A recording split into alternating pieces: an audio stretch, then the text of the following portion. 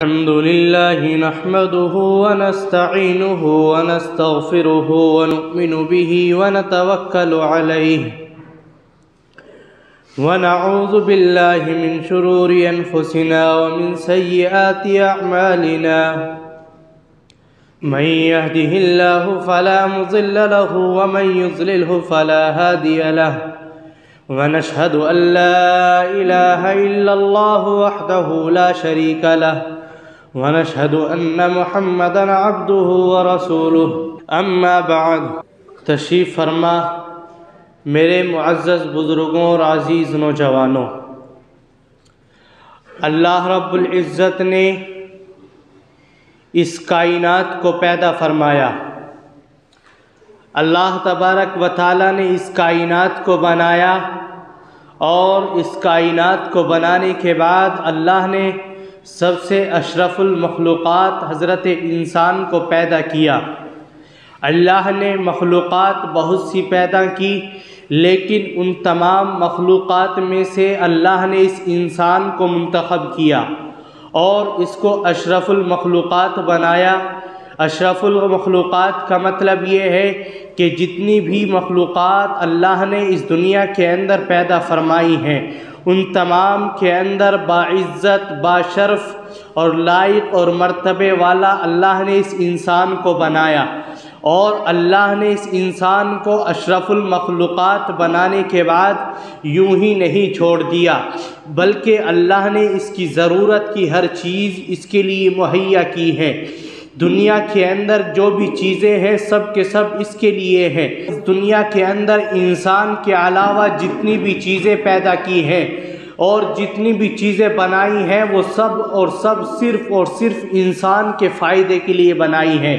یہ زمین جس کے اوپر ہم چلتے اور پھرتے ہیں، اس زمین کو اللہ نے انسان کی ضرورت کے لیے بنایا۔ یہ زمین ایک وقت آتا ہے کہ اپنے اندر سے غلہ اگال دیتی ہے۔ اسی زمین سے پیٹرول نکلتا ہے، اسی زمین سے ڈیزل نکلتا ہے، اور اسی زمین سے پانی کے چشمے ابلتے ہیں، اسی زمین سے سونا نکلتا ہے، اسی زمین سے چاندی نکلتی ہے، یہاں تک کہ ہر ایک چیز جس کی انسان کو ضرورت ہوتی ہے وہ تمام چیزیں اس زمین کے اندر سے پیدا ہوتی ہے۔ اور یہ کہہ لیجئے کہ اللہ رب العزت نے اس زمین کو انسان کے لیے اس قدر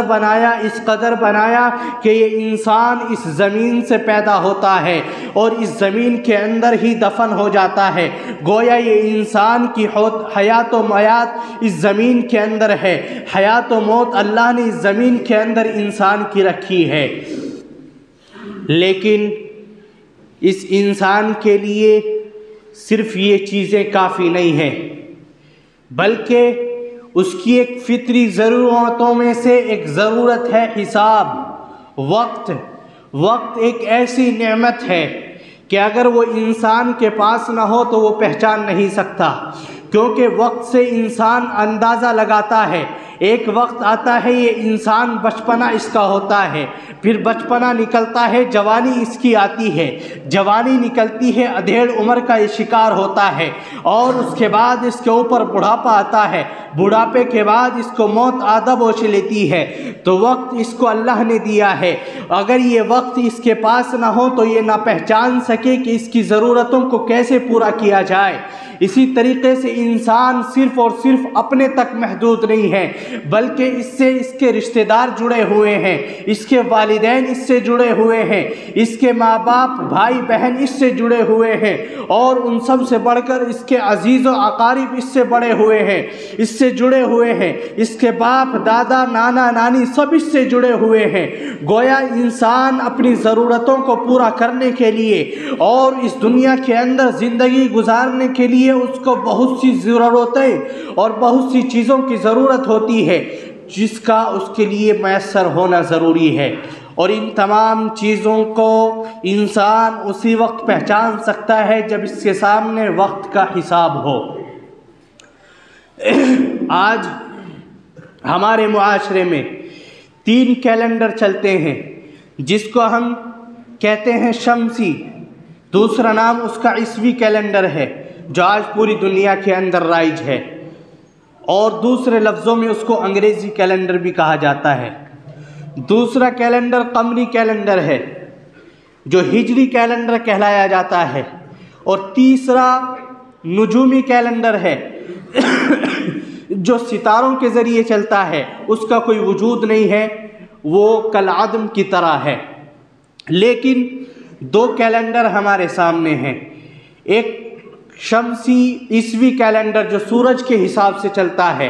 اور ایک قمری کیلنڈر جو چاند کے حساب سے چلتا ہے۔ اب شمسی کیلنڈر، عیسوی کیلنڈر، یہ انسانوں کا بنایا ہوا کیلنڈر ہے، تو لہٰذا یہ بھی ہو سکتا ہے کہ یہ کیلنڈر انسان کی فطرت کے اوپر پورا نہ اترے، اور جو قمری کیلنڈر، ہجری کیلنڈر اللہ رب العزت نے بنایا ہے وہ بالکل عین انسان کی فطرت کے مطابق بنایا ہے۔ عیسوی کیلنڈر کی بنیاد لکھتے ہیں کہ اس کی بنیاد حضرت عیسیٰ علیہ السلام کی پیدائش سے ہے۔ اگر اس کی بنیاد اس سے ہے تو آج حضرت عیسیٰ علیہ السلام کی پیدائش کو 2022 سال ہو گئے، اور یہ شمسی اور عیسوی کیلنڈر انسانوں کا بنایا ہوا کیلنڈر ہے۔ اس کی یہ ایسا کیلنڈر ہے کہ ہر جگہ آپ کے کام نہیں آ سکتا۔ یہ کیلنڈر ایسا کیلنڈر ہے کہ آپ بہت سی جگہ پہنچیں گے وہاں پر یہ ناکام ہو جاتا ہے۔ آپ اگر مشاہدہ کریں، اس دنیا کے اندر گھومیں، تو بعض جگہ ایسی ہیں کہ وہاں پر 6 مہینے سورج نکلتا ہے، اور بعض جگہ ایسی ہے کہ وہاں پر 6 مہینے برف باری ہوتی ہے، وہاں پر رات کا کوئی نام و نشان ہی نہیں ہے، اور بعض جگہ ایسی ہے کہ وہاں پر لگاتار کئی مہینے رات ہوتی ہے، وہاں پر دن کا کوئی نام و نشان نہیں ہے، سورج وہاں پر نہیں نکلتا ہے۔ اور یہ کیلنڈر جو بنایا گیا ہے صرف اور صرف سورج کے اعتبار سے بنایا گیا ہے، اور ایسا نہیں ہے کہ سورج کے اعتبار سے اگر یہ کیلنڈر، عیسوی کیلنڈر، دنیاوی کیلنڈر لوگوں نے اپنی فطرت سے بنایا ہے تو یہ کسی کام کا نہ ہو، کام کا ہے۔ سورج بھی اللہ کا بنایا ہوا ہے، چاند بھی اللہ کا بنایا ہوا ہے، ستارے بھی اللہ کے بنائے ہوئے ہیں۔ آج ہم عبادت کرتے ہیں تو سورج کے حساب سے کرتے ہیں، صبح فجر کی نماز پڑھتے ہیں تو پہلے اندازہ لگاتے ہیں کہ سورج کس وقت میں نکل رہا ہے، اس سے پہلے ہمیں فجر کی نماز پڑھنی ہے۔ اسی طریقے سے ظہر کی نماز کا وقت ہے، کس وقت سورج کے برابر ہونے سے ظہر کا وقت شروع ہو رہا ہے اور کب ختم ہو رہا ہے۔ اسی طریقے سے رمضان المبارک کا مہینہ قریب آ رہا ہے، جب افطار کے لیے ہم دسترخوان پر بیٹھتے ہیں تو انتظار کرتے ہیں کہ کب سورج غروب ہوگا اور ہم کھجور کو اپنے منہ میں رکھیں گے اور روزہ افطار کریں گے۔ تو انسان کی عبادات کا تعلق سورج سے بھی ہے، چاند سے بھی ہے، لیکن یہ کیلنڈر جو بنایا گیا ہے شمسی کیلنڈر، جس کو آج ہم یاد رکھتے ہیں اور اس کو فوقیت دیتے ہیں، وہ انسان کی عین فطرت کے مطابق نہیں ہے۔ وہ بعض جگہ جا کر کے فیل ہو جاتا ہے اور وہاں پر ضرورت آتی ہے تو پھر اس کی ہجری کیلنڈر کی ضرورت آتی ہے، جس کو اللہ نے خود بخود بنایا ہے، جس کو اللہ نے اس انسانوں کے لیے، اس کائنات کے اندر بسنے والے انسانوں کے لیے منتخب کیا ہے اور متعین کیا ہے۔ اور دوسری بات، اگر آج ہمارے ہاتھوں کے اندر گھڑی نہ ہو، موبائل نہ ہو اور کیلنڈر ہمارے سامنے نہ ہو، تو آپ میں سے ایک عام آدمی یہ نہیں بتا سکتا کہ آج کون سا دن ہے اور وقت کیا ہوا ہے اور کیا نہیں ہوا ہے۔ اس کا سب چیز، اس کی پوری زندگی رد و بدل ہو جائے گی۔ تو یہ کیلنڈر، وقت، حساب ایک ایسی چیز ہے کہ انسان کو اپنی زندگی گزارنے کے لیے جہاں بہت سی چیزوں کی ضرورت ہوتی ہے، وہیں پر اس کو ایک وقت کی اور حساب کی، ایک کیلنڈر کی بھی ضرورت ہوتی ہے۔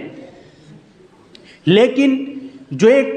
فطری انسان کے فطرت کے مطابق، عین فطرت کے مطابق جو کیلنڈر ہے وہ ہجری کیلنڈر ہے، جس کو ہم قمری کیلنڈر بولتے ہیں، جو چاند کے حساب سے چلتا ہے۔ اور اگر یہ چاند ہجری کیلنڈر نہ ہوتا تو آپ اندازہ لگائیے، شمسی کیلنڈر 12 مہینے ہوتے ہیں، 12 مہینے، 12 کے 12 مہینے اپنے موسم کے اندر آتے ہیں۔ فروری کے اندر، اگلی سال جب یہ فروری آئے گا تو تب بھی اس کا اکثر یہی موسم ہوگا، ملتے جلتے۔ جنوری آئے گا، مارچ آئے گا، اپریل آئے گا، اس کا یہی موسم ہوگا۔ مئی جون ہے، اس کے اندر کڑاکی کی گرمی ہوگی۔ اگر اسی کیلنڈر کے اعتبار کر لیا جاتا تو یہاں پر ہندوستان کے اندر اگر مئی جون کے اندر روزے رکھتے تھے اللہ رب العزت تو ہندوستان کے اندر تو مئی جون کی برابر تکڑے کی گرمی ہوتی ہے، اس وقت میں سب مسلمان کیا ہوتے؟ پریشان ہوتے، اور دوسری طرف دوسرے ممالک کے اندر جہاں پر ان مہینوں کے اندر سردی ہوتی ہے وہ آسانی کے اندر رہتے۔ لیکن اسلام اپنے اندر مساوات رکھتا ہے، اپنے اوپر چلنے والوں کو اور اسلام کے مطابق زندگی گزارنے والوں کو آسانی مہیا کرتا ہے۔ اسی لیے اللہ رب العزت نے ایک ہجری کیلنڈر کا انتخاب کیا اور اس کو لوگوں کے لیے بنایا تاکہ آپ کی زندگی گزارنے کے اندر دشواریاں نہ ہو۔ آپ رمضان المبارک کا مہینہ دیکھ لیجئے، ایک موسم کے اندر ہرگز نہیں آ سکتا، کبھی اس کے اندر گرمی ہے اور کبھی اس کے اندر سردی ہے، کبھی آسانیاں ہیں تو کبھی تھوڑی سی سختی ہے۔ تو اللہ رب العزت نے اس کیلنڈر کا انتخاب کیا، اور اللہ نے ہجری کیلنڈر کوئی آج ہی نہیں بنا، یہ اللہ کے نبی صلی اللہ علیہ وسلم اس دنیا کے اندر آئے اور آپ نے ہجرت کی تب سے یہ بنا ہو، بلکہ اس سے پہلے سے یہ چلتا آ رہا ہے۔ قرآن کریم بیان کرتا ہے ان عدۃ الشہور عند اللہ 12 شہرا فی کتاب اللہ یوم خلق السماوات والارض منها 4 حرم، کہ اللہ رب العزت نے جس دن زمین اور آسمان کو پیدا کیا اسی وقت اللہ نے سال کے اندر 12 مہینے رکھے، مہینوں کی تعداد اللہ نے 12 بنائی۔ ذالک الدین القیم، اور یہی پختہ دین ہے، اسی کو آپ کو ماننا ہوگا۔ فلا تظلموا فیہن انفسکم، لہٰذا ان مہینوں کے اندر اپنے اوپر ظلم نہ کرو۔ کیوں؟ اللہ رب العزت نے فرمایا کہ 4 مہینے ان 12 مہینوں کے اندر سے بابرکت مہینے ہیں، اور ان مہینوں کے اندر سے ایک رجب کا مہینہ ہے جو چل رہا ہے۔ اس رجب کے مہینے کے تعلق سے کچھ باتیں آپ کے سامنے ہیں۔ رجب کا مہینہ حرمت والا مہینہ ہے، لیکن اتنی حرمت والا مہینہ نہیں کہ آپ اس مہینے کے اندر بہت سی رسومات کو انجام دینے لگ جائیں۔ آج اس رجب کے نام پر، رجب المرجب مہینے کے نام پر بہت سی خرافات اور بہت سی بدعات اور بہت سی رسومات ہمارے اندر مروج ہیں، جس کا ہم مشاہدہ کرتے ہیں۔ بعض جگہ کنڈے بنائے جاتے ہیں، ان کو تقسیم کیا جاتا ہے، اور بعض جگہ بعض لوگ نے کچھ نمازیں منتخب کی ہیں کہ اس مہینے کے اندر فلاں فلاں نماز پڑھیں گے اور ان کے اندر فلاں فلاں صورتیں پڑھیں گے تو یہ ہو جائے گا، اور کنڈوں کی دلیل اور ثبوت دیتے ہیں جعفر بن صادق کی جانب، جو کہ دلیل ان کی سراسر جھوٹی اور غلط ہے۔ کہیں بھی احادیث کی کتابوں کے اندر صحابہ کرام سے اور اللہ کے نبی صلی اللہ علیہ وسلم سے اس کی فضیلت ثابت ہی نہیں ہے۔ اس مہینے کے اندر کیسی بھی رسومات ہو، اگر اس کو ضروری سمجھ کر کے کیا جا رہا ہے کہ دین کے اندر یہ ضروری ہے تو وہ انسان اس دین کے اندر زیادتی کر رہا ہے، اللہ کے نبی صلی اللہ علیہ وسلم کی احادیث مبارکہ کو جھوٹ گھڑ رہا ہے، اور جو ایسا کر رہا ہے وہ سوائے جہنم کے انگاروں کے اپنا اکٹھا کرنے کے لیے کچھ اور نہیں کر رہا ہے۔ اس لیے ہر مہینے کے اندر کوئی بھی مہینہ ہو، سب مہینے برابر ہیں، لیکن جو فضیلتیں اللہ نے جس مہینے کی بیان کی ہے، برابر میں رمضان المبارک کا مہینہ آ رہا ہے، اس کی بہت سی برکتیں اور فضیلتیں ہیں۔ اس مہینے کی جو برکتیں اور فضیلتیں ہیں ان سے آپ فائدہ اٹھائیے، لیکن غیروں کے طریقوں کو دیکھ کر، غیر اسلامی اور غیر دینی، غیر حدیثی اور اللہ کے نبی صلی اللہ علیہ وسلم نے جن کو بیان بھی نہیں فرمایا ہے ان کے اوپر اگر آپ عمل کرتے ہیں تو آپ دین کے اندر ایسی چیزوں کی بڑھوتری کر رہے ہیں جن کا دین کے اندر کوئی نام، اور جس دین کے اندر جس کے کوئی نام ہی نہیں ہے، اور دین کے اندر اس کا کوئی لکھاوا ہی نہیں ہے۔ اللہ کے نبی صلی اللہ علیہ وسلم کی جانب ایک بات مبعوث کی جاتی ہے کہ اللہ کے نبی نے فرمایا کہ 27ویں رجب کا روزہ رکھنا 1 سال کے روزے رکھنے کے برابر ہے۔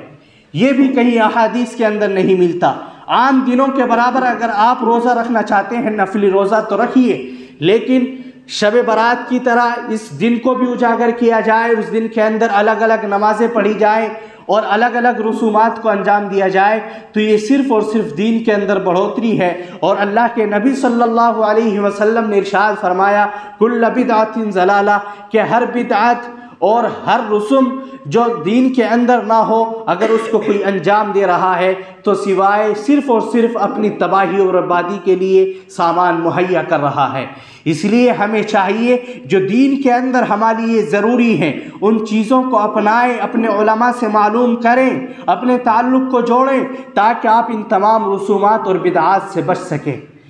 ایک آخری بات،